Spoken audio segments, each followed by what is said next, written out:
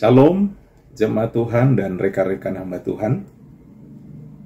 Kita bersyukur masuk di hari yang ke-15, 40 hari berdoa dari Gereja Kemah Indonesia tahun 2024. Tema renungan kita hari ini adalah Amanat Agung, terambil dari Matius 28 ayat 18 sampai 20. Mari kita berdoa. Bapa, kami bersyukur kasih Tuhan tak berkesudahan dalam hidup kami. Terima kasih untuk hari yang baru. Saat ini kami ingin merenungkan firman-Mu. Urapi kami ya Roh Kudus, biarlah kami mengerti dan kami boleh melakukan firman-Mu dalam nama Tuhan Yesus. Amin. Amanat Agung berdasarkan Injil Matius 28 ayat 18-20 berisi perintah Yesus Kristus kepada ke-11 muridnya pasca kebangkitannya untuk pergi memberitakan Injil ke seluruh dunia dalam rangka memuridkan semua bangsa menjadi murid Yesus.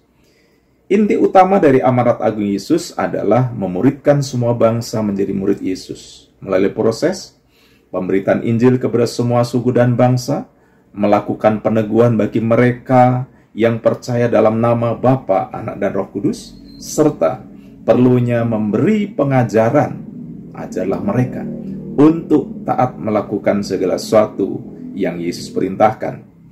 Dengan jaminan kuasa penyertaan Allah yang tak terbatas menopang pelaksanaan misi amanat agung sampai akhir zaman. Dari pemahaman tentang konsep amanat agung di atas, maka ada beberapa hal yang perlu menjadi catatan dan perenungan bersama. Pertama, telah ditegaskan di atas bahwa target amanat agung adalah pemuridan, yaitu menjadi semua bangsa murid Kristus. Bagaimana target itu dapat dicapai? Maka gereja hari ini perlu mengubah paradigma misinya yang cenderung terpusat pada diri sendiri dan berinteraksi hanya di dalam lingkungan gereja saja, lalu mengabaikan tugas utama gereja melakukan gerakan misi keluar. Padahal fakta adanya gereja hari ini karena misi. Maka seharusnya gereja itu perlu sadar misi, yaitu lebih mengutamakan perintah agung di atas segalanya, guna menjangkau semua suku dan bangsa di dunia bagi Injil.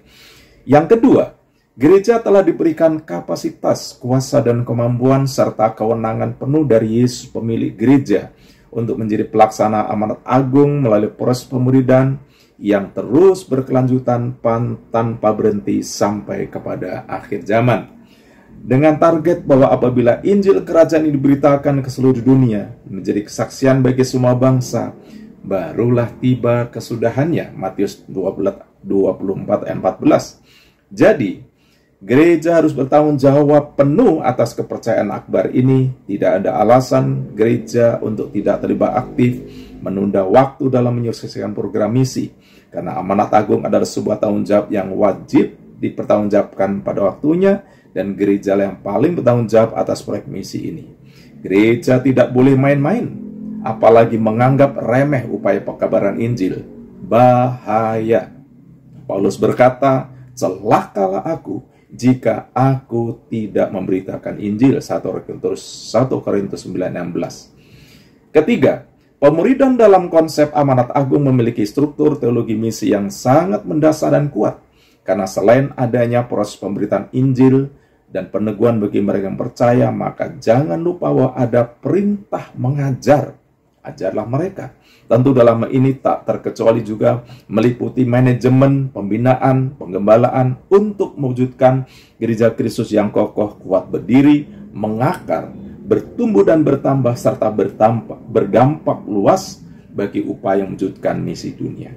Maka sebagai umat percaya, marilah kita taat dan konsisten dengan komitmen kita menjadi gereja misioner terdepan dalam mewujudkan urgensi amanat agung Yesus Kristus kepada kita sebagai gereja sampai Ia datang kembali menjemput kita dalam kemuliaannya.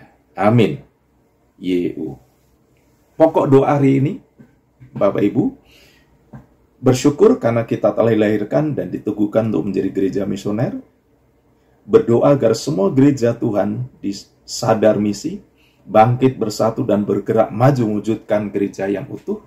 Ketiga, berdoa bagi proyek misi GKI untuk program Sumasif Jawa 552, Jilid 2, Jabar B3, Borneo for Christ, di Kaltengsel atau IKN, dan program misi luar negeri di Hong Kong, Taiwan, Myanmar, dan Timor Leste. Mari kita berdoa. Bapa di surga, kami bersyukur untuk firman-Mu hari ini mengingatkan kami kembali bahwa amanat agung adalah tanggung jawab yang sangat penting bagi gereja. Karena itu, biarlah Tuhan teguhkan kami sebagai gereja untuk kami terus menjadi gereja yang misioner.